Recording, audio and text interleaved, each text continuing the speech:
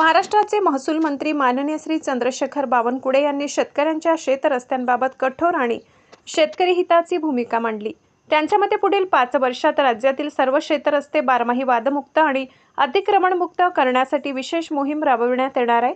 मुख्यमंत्री बळीराजा शेत पाणंद रस्ता योजनेअंतर्गत रस्त्यांची मोजणी, अतिक्रमण हटविणे आणि शेतकऱ्यांना शेतापर्यंत अखंड मार्ग उपलब्ध करून देण्याची जबाबदारी महसूल विभागाकडे सोपविण्यात आली। सोबतच शेतरस्ता वहिवाट किंवा पाण्याचा नैसर्गिक प्रवाह अडविणाऱ्यांविरुद्ध फौजदारी कारवाई केली जाईल। तसेच अशा प्रकरणातील सुनावणी जलद व्हावी म्हणून ईमेलद्वारे दिलेली नोटीसही ग्राह्य धरली जाईल। बाधित शेतकऱ्याला रस्ता मोकळा करून देण्यासाठी आवश्यक असल्यास मोफत पोलीस संरक्षण देण्याची तरतूद करण्यात आली आहे। बावनकुळे यांनी स्पष्ट केले आहे की शेतकऱ्यांना शेतापर्यंत रस्ता, पाणी, वीज उपलब्ध झाली तर त्यांचे उत्पन्न वाढेल आणि ग्रामीण अर्थव्यवस्था अधिक सक्षम होईल। माधव न्यूज महाराष्ट्र संपादक सुरेश पोटे। विचार होता शेतकरी शेतरस्ते आणि वहिवाटीचे रस्ते हे तातडीने खुले करणे, त्यावरचं अतिक्रमण काढणे, वर्षानुवर्ष कोर्टामध्ये सुरू असलेल्या तहसीलदार, प्रांत, कलेक्टरकडे केसेस ज्या सुरू आहेत त्या निकाली काढणे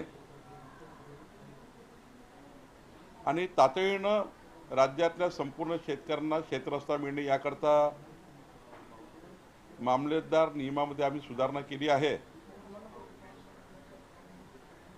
नोटीस थेट ईमेलने देणे, नोटीस व्हॉट्सअपवर पाठवणे आणि तातडीनं सुनावण्या घेऊन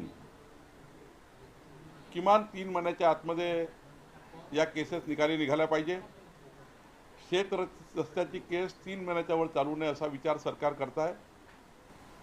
आणि एवढंच नाही तर शेत रस्ता अडवणे, पाण्याचा प्रवाह अडवणे, नाल्यावर अतिक्रमण करणे, महसुली नाल्यावर अतिक्रमण करणे, या सर्व बाबीवर आता आम्ही आळा बसवतो आहे।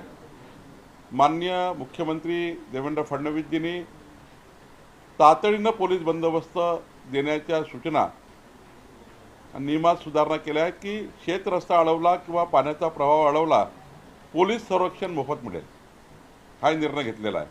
आणि त्यामुळे एक मोठा जो आमचा राज्यातल्या शेतकऱ्यांचा शेतरस्त्यांचा वहिवाटीच्या रस्त्यांचा जो मूळ प्रश्न आज राज्यामध्ये आहे तो आम्ही पुढच्या 5 वर्षामध्ये या राज्याला संपूर्ण शेतकऱ्याला शेतरस्ते मिळावे ही भावना यामागची आहे। राहुल इतकंच अशा आणखी महत्त्वाच्या बातम्या पाहण्यासाठी आमच्या सोबत जोडलेले रहा।